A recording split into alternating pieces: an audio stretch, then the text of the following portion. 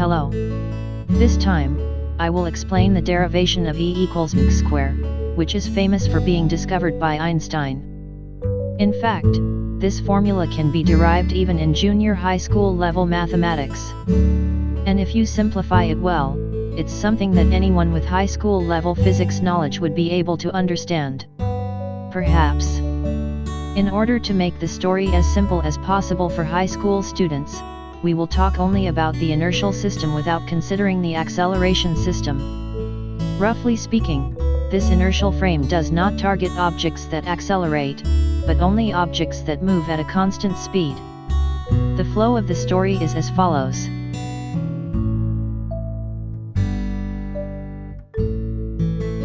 Let's take a quick look. Until the theory of relativity came out, in physics, time progress was considered to be the same whether it was stopped or moving fast. However, the progress of time is not absolute, and it changes as time progresses relatively slowly due to movement and gravity. Therefore, in the theory of relativity, not only coordinate movement but also the progress of time is considered as an object that changes due to coordinate transformation. The progress of time is not absolute. And it is shown that the time advanced by those moving at relatively different speeds is different due to the Lorentz transformation. So Einstein found a substitute for constant time in the Lorentz transformations. That is what is called proper time. The Greek letter tau on the left side represents proper time. W is the time t multiplied by the speed of light c. There are two reasons why I am multiplying by c. The first is that when time seconds is multiplied by the speed of light meters per second, the dimension of the unit is meters, which is the same as the dimension of space. Second, it makes it easier to see some of the formulas in the theory of relativity. Then, what does it mean that the value of the proper time does not change under the Lorentz transformation? They are values of proper time obtained from information, w, x, y, z, before conversion, and values of proper time obtained from information, w prime, x prime, y prime, z prime, after conversion are the same. As a formula, we can show I1 prime it. Do the math in detail, but it prime's easy to do. First, let primes look at the formula for the Lorentz transformations. All you have to do is substitute this primed variable into the formula for the proper time, leaving only the non-primed variables. By the way, please be careful because w prime equals ct prime. When actually calculated, the results are the same except that the variable has a prime sign or not. Therefore, it can be said that the proper time values are the same before and after conversion. This proves that the value of the proper time tau does not change before and after the Lorentz transformation. If you are interested, please try to calculate it. It primes kind of funny how it cleanly goes without the prime sign. By the way, why is tau called proper time? This is because tau represents time when certain conditions are met. The condition is that the spatial coordinates do not move. Not moving means that x, y, and z, which represent the movement distance, are all zero. Then the proper time expression is tau square equals w square. And tau is equal to the value w including the time t. Therefore, it is named proper time because it is the proper time for an object that does not move its spatial coordinates. As we generally know, if the speed is constant, it can be calculated by dividing the distance traveled by the time it took to travel. However, according to the theory of relativity, the progress of time changes depending on when it is moving, and it is not absolute. Therefore, for velocity was defined based on the idea of using proper time instead of time. The usual letter for velocity uses u instead of v. Since w, which indicates time, also changes, this is also divided by the proper time tau to be one of the four velocities. Since the unit of x etc. is meter and the unit of tau is also meter, the unit is dimensionless just by dividing. So, multiply by the speed of light c and change the unit to meter per second. Note, some technical books do not have c. Next, let primes look at the definition of for momentum. The definition of momentum is mass m multiplied by velocity v. The definition of for momentum follows that n is mass m multiplied by 4 velocity u. Px, pi, and pz are alternatives to conventional momentum, but pw is something I don't quite understand. So let primes explore pw. W/τ on the right side of pw can be changed to another value by the proper time formula. First, divide both sides of the proper time equation by w square.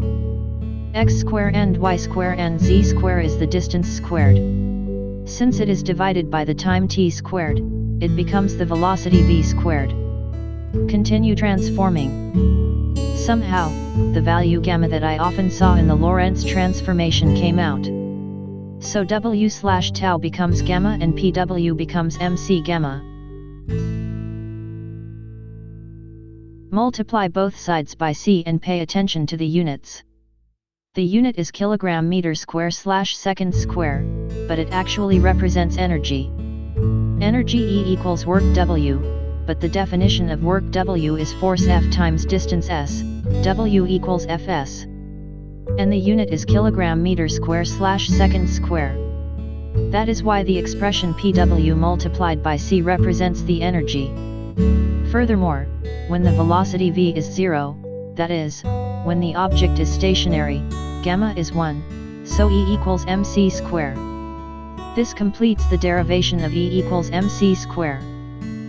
I'm sure there are some of you who thought, hey, is it over? Yes, it primes over. The second half wasn't prime it easy, but that primes what it is. Since we have derived E equals mc square, we can stop here, but I would like to talk about the meaning of the formula. Right out of the box, this formula means that matter can be converted into energy. Moreover, it is said that a huge amount of energy can be obtained from a small amount of matter. For example, let primes think about how many pools of water can be boiled if all substances with a mass of 1 gram can be returned to energy. First, find the energy of 1 gram of matter. We calculated it to be 90 trillion joules. Then find the energy required to boil the water in the pool. The size of the pool is 25 meter wide, 18 meter long, and 1.5 meter deep. Then the volume of water in the pool is 675 cubic meter. Converting to weight gives. Assuming that the water temperature is changed from 0 degrees Celsius to 100 degrees Celsius, 1 calorie equals 4.18 joule, so about 2.82 times 10 to the 11th power joule is required for one pool. After that, calculate energy of 1 gram of substance / energy required for 1 pool of water.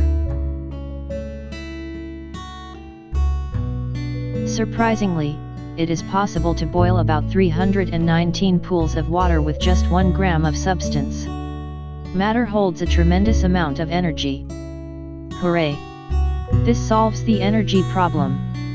It doesn't prime it work like that. So far, no technology has been found to extract energy efficiently, stably, and safely from matter. There are theoretical technologies for efficient extraction, such as nuclear fusion in a peninsula with antimatter. Disappointing. So when does mass actually replace energy? When you burn something like a tree or a candle, you see a fire that glows. This glow means that the energy of light is emitted and the mass is reduced.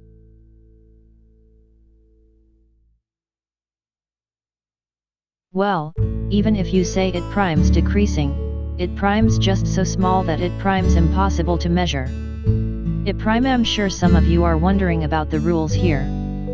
Yes, about the law of conservation of mass. The law of conservation of mass states that the total mass remains the same before and after a chemical reaction. It is impossible to measure how much mass has been reduced by burning wood, so you can think about things according to this law. However, when it comes to the nuclear fission level of nuclear power generation, it becomes a measurable level, and you can see that the law of conservation of mass does not hold. Then there is something that can be done instead. It primes the law of conservation of energy. When the mass is also calculated as energy by the formula E equals mc square, the energy before and after the reaction is conserved. It prime changed my mind about things. Einstein was a genius to make such a discovery that changed not only the concept of time but also the way we think about matter. E equals mc square is a really famous and well-known formula. However, even if most people know the formula, they do not know its derivation or meaning. I feel like that would be a waste. It can be derived with junior high school level mathematics, and there is no loss in knowing the meaning. I think that there were many parts that were difficult to understand, but I hope that you can understand a little and feel the fun in this video. Thank you for your viewing.